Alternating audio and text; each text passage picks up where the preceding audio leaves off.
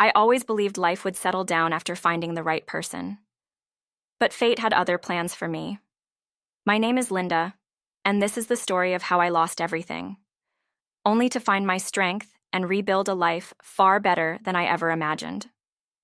It all began when I met Mark through a dating app for people in their 40s. I had tried matchmaking events before, but never found someone who truly clicked with me. Mark, a 48-year-old successful manager at a multinational company, seemed like the perfect match. His profile showcased a confident, hardworking man who loved traveling and had a kind smile. On our first date, he told me he had been so consumed by work that he never had time to settle down. His shy demeanor made him even more endearing. "I've always believed in the importance of hard work," Mark said, looking into my eyes. "But it's lonely at this age. Meeting you feels like a second chance." Those words melted my heart. We quickly grew close, sharing long conversations about our dreams and regrets. He made me believe in love again, and within 6 months we were married. It felt like a dream come true, but as they say, appearances can be deceiving. After the wedding, Mark insisted I quit my job to focus on the household. "I'm too busy to manage anything at home," he explained. "You're so organized, Linda. It'll make life easier for both of us." Though hesitant, I agreed. My love for him outweighed my doubts. The first month of marriage was blissful. Mark would compliment my cooking and even bring flowers home occasionally. But soon, his behavior began to change. He started coming home late, often claiming he had urgent meetings. When I prepared dinner, he'd casually dismiss it, saying, "I already ate at work. Don't bother next time." At first, I brushed it off.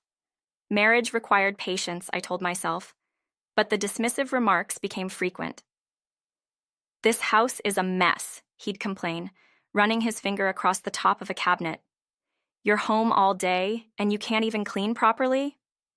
His words stung, but I stayed silent, not wanting to escalate the situation. Weeks turned into months, and Mark's indifference grew.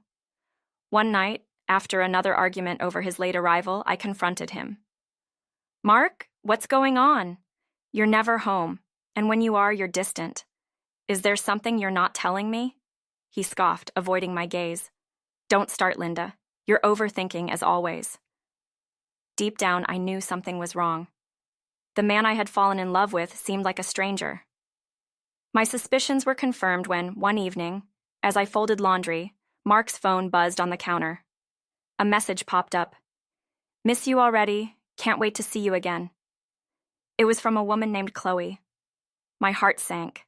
I wanted to confront him immediately, but I stopped myself. I needed to know more before jumping to conclusions. Over the next few days, I noticed his secretive behavior. He'd step out to take calls and hide his phone screen whenever I was nearby. The tension in the house became unbearable. Then, disaster struck. One afternoon while cleaning, I felt a sharp pain in my chest. My vision blurred, and I struggled to breathe.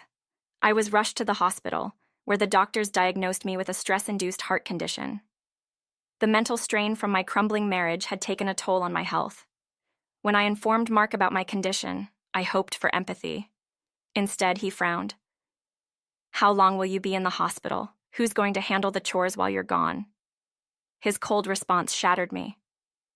"I'm sorry," I whispered, tears streaming down my face. "I'll try to make it easier for you." Mark's indifference didn't end there. He didn't visit me once during my hospital stay. One evening, I decided to distract myself by checking my phone. That's when I stumbled upon a message from Mark meant for Chloe. "I'll be off work soon. Wait for me." My chest tightened as I realized the truth. Mark was having an affair.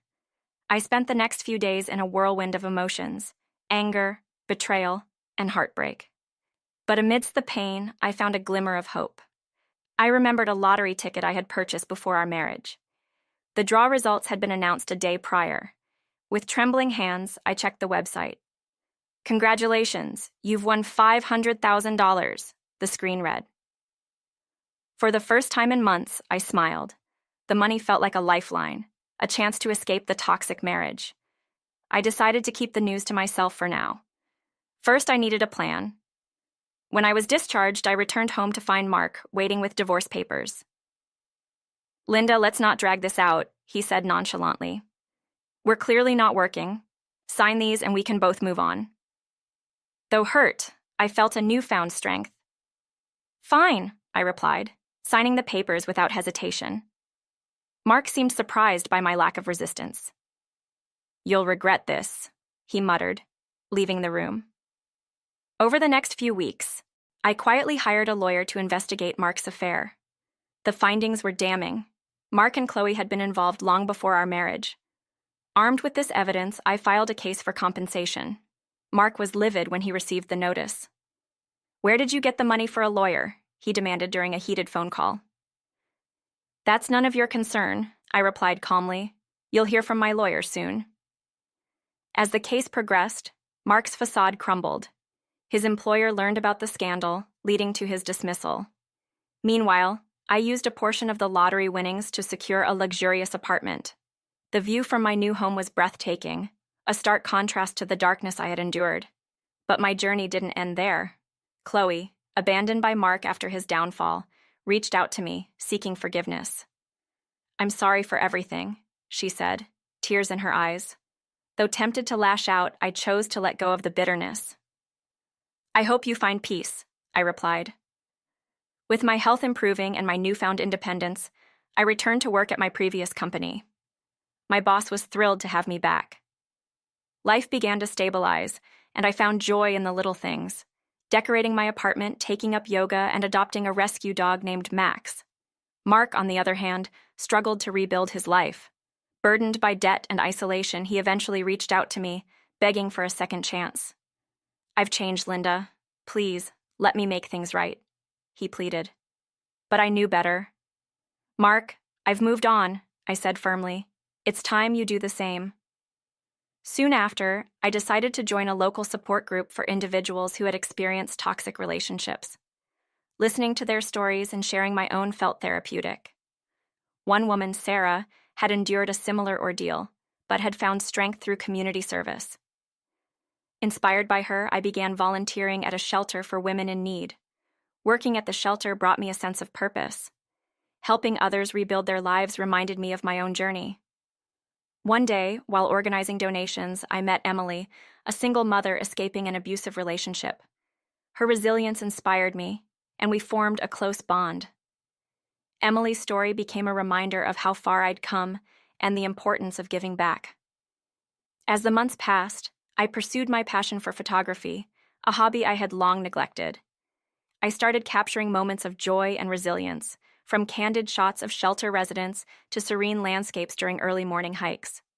Photography became my escape, a way to see the beauty in the world despite its challenges. One of my photographs, a sunrise over the city skyline, won a local art contest. The recognition felt surreal, a validation of my journey. The prize money allowed me to invest in better equipment, and soon, I began taking freelance photography assignments. From weddings to corporate events, my calendar quickly filled, and I found myself thriving in this unexpected career. Meanwhile, Mark's attempts to reconcile grew desperate. He showed up at my apartment one evening, disheveled and pleading. Linda, I've lost everything. I need your help, he said, his voice trembling. I stood firm. Mark, you made your choices. It's time to face the consequences. Realizing he wouldn't sway me, he left, leaving behind a note apologizing for his actions. Though his words were too little, too late, they gave me closure. I burned the note that evening, watching the flames consume the remnants of our past. The following year, I decided to take a leap of faith and open my own photography studio. With the support of friends, the shelter community, and my savings, I turned an empty storefront into a vibrant space filled with my work. The studio became a haven for creativity and connection, a place where I could celebrate life's moments with others. Looking back, my journey was far from easy, but every hardship, every tear, and every moment of doubt had shaped me into the person I was today. I no longer saw myself as a victim of circumstances, but as a survivor and a creator of my destiny. As I stood in my studio one evening, watching the city lights twinkle outside, I felt a deep sense of gratitude. Life had tested me in unimaginable ways, but I had emerged stronger, wiser, and ready to embrace the future. For the first time in years, I felt